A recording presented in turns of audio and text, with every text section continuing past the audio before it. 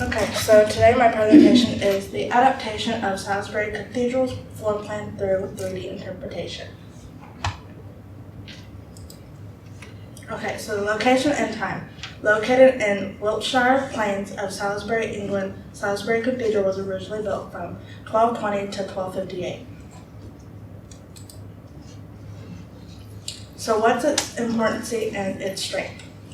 It is actually considered the greatest example of early English Gothic architecture and one of England's most important churches and pilgrimage sites both for religious pilgrims and tourists. The cathedral itself was formed out of Adaptation as a group unhappy with Bishopric of Old Sarum formed their own congregation. The splinter group was responsible for this cathedral. This research project expanded beyond history to art as a 3D model of the cathedral's floor plan was created. And that's exactly what this is. So I actually built this. So this is the floor plan itself. As you see, it's also up there. And this is what I saw it as in a 3D model. And that is also made out of popsicle sticks and toothpicks, obviously. Okay, the 3 layers of popsicle sticks represent the 3 different floors of this cathedral, adapted and replaced due to time, wear and tear, and style changes, of course. As the model took shape, it was clear how the cathedral changed over time and how small architectural changes can force a major reassessment of a structure and its features. So the cathedral is actually known for its spire. It is the tallest one in the United Kingdom, and it has been since 1561. It is also the 2nd largest in Europe. It stands about 123 meters, and the foundation is stone that was actually laid by a bishop named Roger Ford. And in order to get to the top, you have to take 332 steps. I won't be doing that though. So the apse.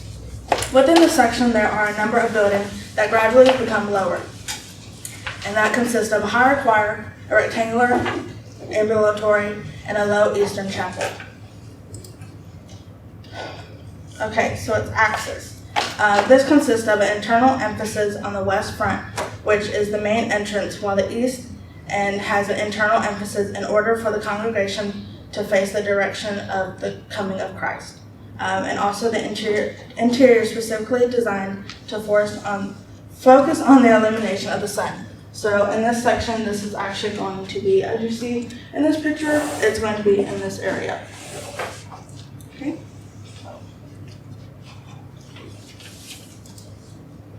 Okay, the chapter house. The octangular shape and decorated medieval frieze.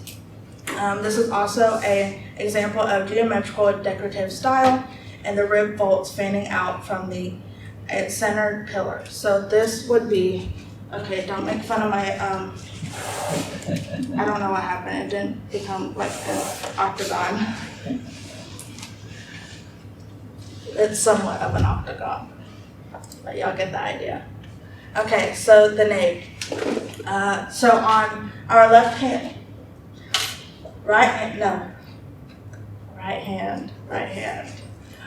side, that is where we can see that is the construction structure that they focused on in order to create this structure. And then on the left side, we have the actual east view of what this nave looks like. It is known for its unusual narrowness and great height, and it also creates visual rhythm. The light gray chillmark stone for those walls and dark polished Purbeck marble for the columns. Then we also have the cloister. So this is where you can see in this section, so that's where this rectangle section is. It started as a purely decorative feature only. 5 years after the cathedral building was completed, with shapes, patterns, and materials that copy those of the cathedral interior. And it also became one of the largest cloisters in England.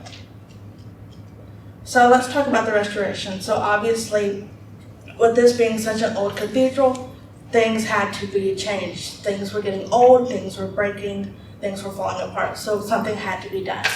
Heavy-handed restorations by later architects James Watt and Sir George Gilbert Scott had to be made. The interior has lots of its original decoration, of course, and furnishing, including the stained glass and small chapels. But also, of course, new things had to be added. During the first restoration, external flying buttresses were added, but the internal one remained the same.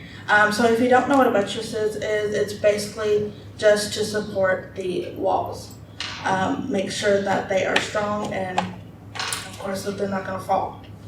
And also the second restoration, 2 more flying buttresses were added. Okay, so I kind of got lost in my notes.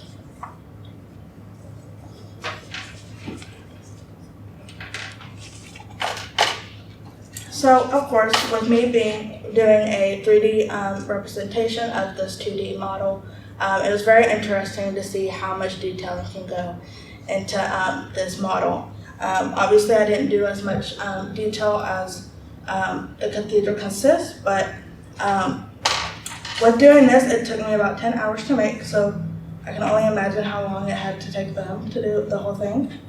But it helped me understand the dedication, time, and effort, and also detailing that they put into it. So as I complete this presentation, I just want to leave you off with a quote from William Paul Young, and it is, "Rumors of glory are often hidden inside what many consider myth entails." That's my citation page. Thanks. Thank you.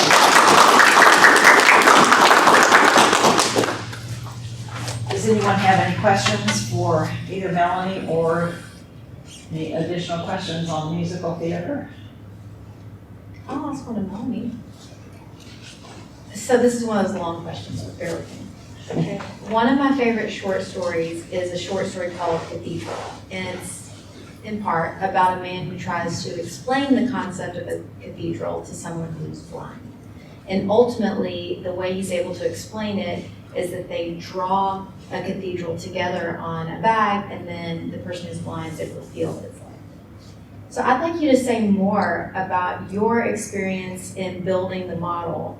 You touched on this, but how did building the model help you appreciate the meaning of a cathedral and the time spent building a real one? That's a great question, and I love that story. I read Yes. it last semester. Good.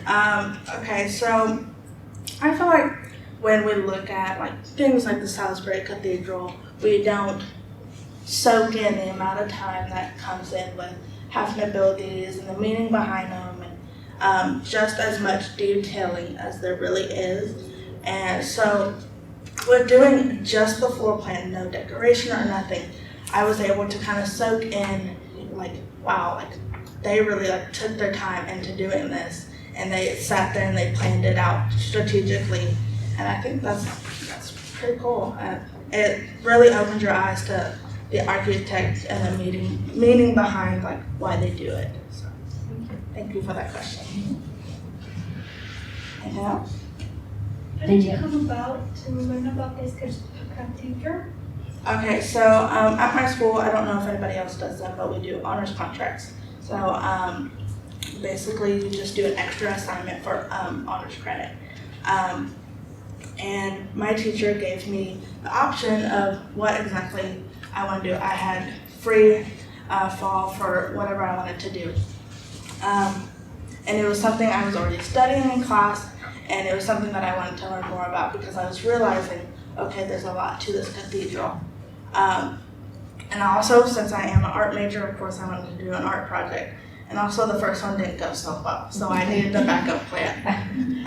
So I saw how detailed the floor plan was, and I was like, okay, I have to recreate this. So that's what I did. That's great. Is there any other questions? Now that you've done so much research on the cathedral, do you plan on visiting it in the future?